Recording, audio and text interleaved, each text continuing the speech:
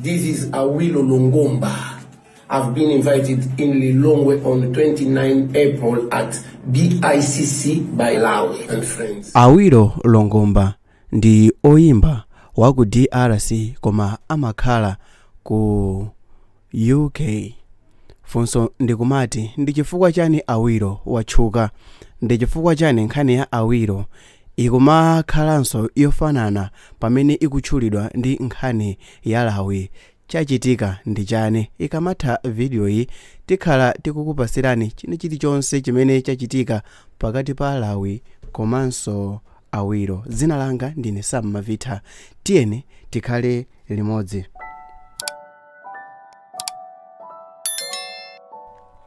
Mwezi wa Disemba mchaka chatha, chaka cha 2022, oyimba wa dziko la DRC koma pano pamakhala ku UK otchedwa Awiro Longomba panali dongosolo loti azayimbe ku Malawi ku BICC. Iyeyo anayitanidwa ndi oyimba wa ku Malawi dzina lake Lawi.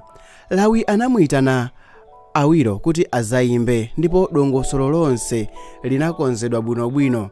Awiro anatumizidwa ndrama imene anagwirizana monga ya air ticket komanso china chilichonse. Ndalama inali yopitirira 3 million. Madeti atayandikira Disemba, Awiro anatumiza uthenga kwa Lawi kuti sakwanisa kubwera chifukwa cha bize ena amene iyeyi anali, ndipo anatumiza uthenga mu video imene ikoneka apai. Hello Malawi, this is Awiro Longomba. Due to technical difficulties, I will not be in Malawi on the 31st of December. However, I will be coming in April of 2023.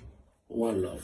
Mu video iyi anafotokoza kuti sakwanisa kubwera chifukwa cha zinthu zina zimene zili sangazichite control, ndipo madeti anakonzedwa kukhala pa 29 April. Show ija inasinthidwa kuchokera mu December mchaka cha 2022 kuti izakhala mchaka cha 2023 mu April pa 29. Zokonzekera zonse zinayamba kuchitika. The stage is set, the lights are up, and the fans are eagerly waiting for the arrival of the one and only Awiro Longomba. On April 29th, the BICC will come alive with the exciting beats of the king of African dance music in what will be an unforgettable night of music, dance and entertainment. Pata sala 2 days kuti show ichitike pa 29. Panayamba kumveka mphekesera yamphamvu yokuti Awiro sapezeka. Izitu zidachitika chifukwa chokuti sankayankha mafoni. Maorganizanso a Awiro sankapezeka pa line. Panali total breakdown mpakana zinafika pokuti maorganizers a show ya ku Malawi zinapezekano kuti ayamba kugiva. Izitu ndikuti dongosolo lonse lokhuza ndi ma air ticket komanso za traveling zitachitikanso kachiwiri. Mphekesera itakula idamvekanso kuti Awiro Longomba ali ku dziko la Nigeria, kumeneko kuli mpikisano osankha oyimba wanyowani. Izi akuchitikisa ndi a Airtel kumeneku ku Nigeria, ndipo Awiro ali mugulu limodzi la ma judges. Lawi adapita pa social media ndikukalemba uthenga udandaula ndikulankhula kuti adayitana Awiro Longomba apa pakhale pa 28 April. Nthawi imene ndikuti show ili pa 29 kupata ngosala siku limodzi lenileni. Oyimba wa ku Malawi otchedwa Patience na Madingo atazindikira kuti zinthu Lawi zamuthina, adazipereka kuti ayimba ulere pa show yake, ndipo abwera ndi full band ndipo azayimba ulere asalandire ndrama ina iliyonse. Izi zinapangisa Amalawi ochuluka kusangalala kwambiri chifukwa cha chimvano chimene chinachitika. Komatu zindikirani kuti pamene tinali mchaka cha 2023, Awiro Longomba anasimikiza kuti akhala akubwera, koma zinali zochitisa chisoni. Patience na Madingo pamene anazipereka, anthu ochuluka anasangalala kwambiri chifukwa inali ngati last minute save. Koma mafuto akabwera tirimbana nawo nsotoka koma zikafika nsopena tibwerera kunyumba. Ndipo mu video imene mukuonera pa kanemayi ikuonesa kuti Lawi komanso Namadingo akuyenda ma street mu Lilongwe akugawa ma flyers oyitanira ku show imeneyi, ngakhale kuti show inachitika pa 29.